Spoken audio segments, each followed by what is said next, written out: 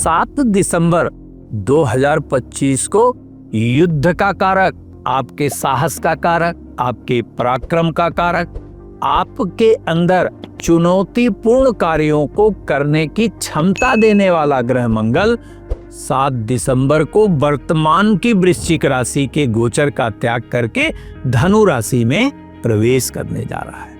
धनु राशि आग्नेय राशि है और मंगल स्वतः ही आग्नेय स्वभाव का है, तो निश्चित रूप से बृहस्पति की राशि में जाकर मंगल दुर्बलावस्था में तो नहीं रहता है, लेकिन मंगल बहुत बलवान नहीं कहा जाता। उसका कारण क्या है कि इन दिनों शरद ऋतु के कारण सूर्य दुर्बलावस्था में होता है। सूर्य की दुर्बल अवस्था के कारण मंगल को नैसर्गिक बल प्राप्त नहीं होता, जिसके फलस्वरूप यहाँ मंगल उत्तम फल प्रदान करने की स्थिति में नहीं कहा जाएगा।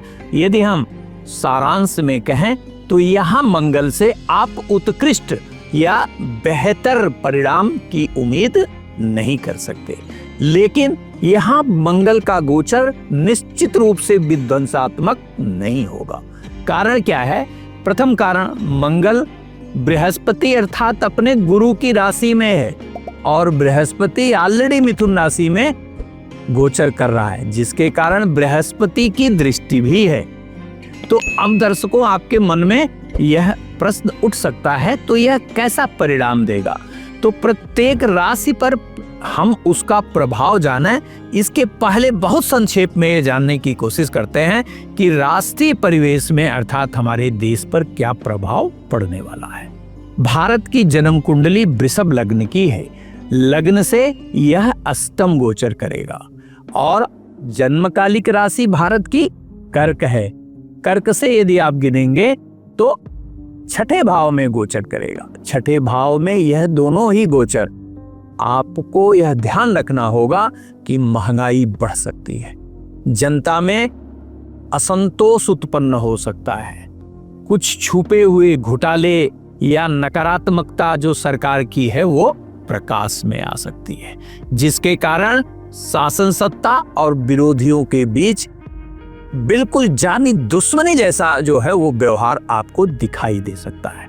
लेकिन यहां भी बृहस्पति की दृष्टि के कारण कोई भी अनहोनी यह नहीं होने देगा। जय महादेव दर्शकों, अब आते हैं सीधे आपके राशि पर। तो सबसे पहले मेष राशि, आपके राशि का अधिपति मंगल स्वयं भाग्य के राशि में गोचर करेगा, जिसके कारण भाग्य का न केवल पूरा समर्थन मिलेगा, अपितु रुके हुए कार्य आपके पूरे होंगे और नए कार्य का प्रारंभ भी कराएगा। यदि आप वृषभ राशि की बात करें तो वृषभ राशि के सभी दर्शकों के लिए अन्य गोचर अत्यंत महत्वपूर्ण कहा जाएगा। बस आपको तेज वाहन चलाने से बचना होगा और जोखिम भरे कार्य से बचना होगा। राशि से अष्टम भाव में गोचर करने वाला यह मंगल कभी कभी पाचन से संबंधित रोग भी देता है और यह रोग देके पाइल्स भी देने की कोशिश कर सकता है। मिथुन राशि की बात करें तो मिथुन राशि के लिए यह मंगल का गोचर सामान्य फलकारी कहा जाएगा, न बहुत बेहतर परिणाम देने की स्थिति में कहा जाएगा और न ही नकारात्मक परिणाम। हाँ, जीवन साथी के स्वास्थ्य पर निश्चित रूप से ध्यान दिया जाएगा। कर्क राशि की यदि बात करें तो कर्क राशि का अधिपति चंद्रमा है और मंगल का गोचर अत्यंत अनुकूल है, अर्थात आपके मन के अनुसार परिणाम प्राप्त होने की संभावना कही जाएगी।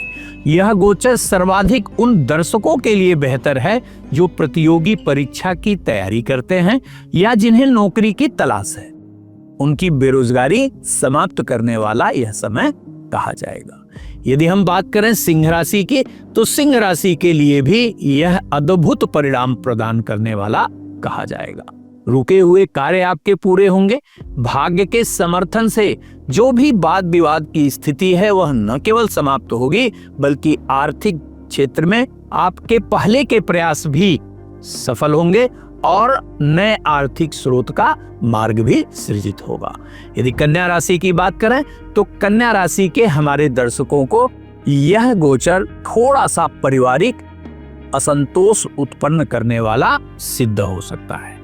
माता का स्वास्थ्य भी चिंता का विषय हो सकता है।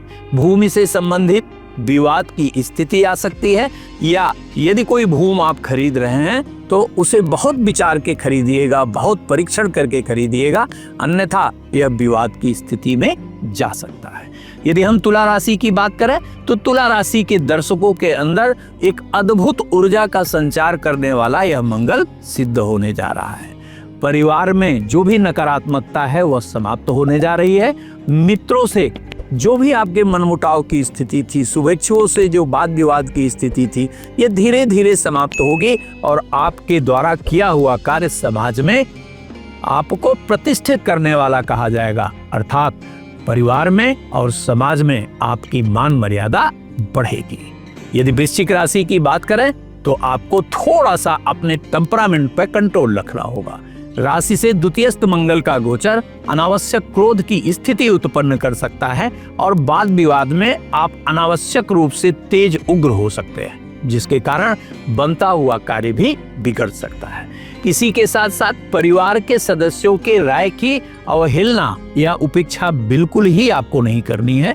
आप विनम्रता का भाव रखिएगा। धन से संबंधित सभी प्रयास आपके सार्थक होंगे, लेकिन मानसिक उद्विग्नता, मानसिक बेचैनी, मानसिक परेशानी से बचने के लिए आपको विनम्र भाव रखना ही होगा। यदि आप बात करें धनु राशि की तो धनु राशि अर्थात आपके राशि पर स्वयं मंगल का गोचर होगा, तो जाहिर सी बात है यह प्रगति के लिए जितना ही अनुकूल कहा जाएगा उतना ही जोखिम भरे कार्यों को करने के लिए आपको उत्प्रेरित करेगा। वाद विवाद, छोटी छोटी बातों पर वाद विवाद करने की स्थिति भी यह उत्पन्न कर सकता है। जीवन साथी से मनमुटाव की स्थिति भी उत्पन्न कर सकता है। आपके जीवन साथी का स्वास्थ्य भी खराब कर सकता है। जो लोग रिलेशनशिप में हैं उनको बहुत ध्यान देना होगा, अन्यथा लंबी दूरी आप और आपके साथी के बीच में बन सकती है और संबंध हमेशा के लिए टूट भी सकता है। तो बहुत ध्यान से इस मास आप व्यवहार करेंगे। यदि आपकी जन्मकालिक मकर राशि है तो आपको अपने खर्चे पर बहुत ध्यान देना होगा। खर्चे पर, यात्रा पर और क्रोध पर, ये तीनों ही मंगल बढ़ाएगा।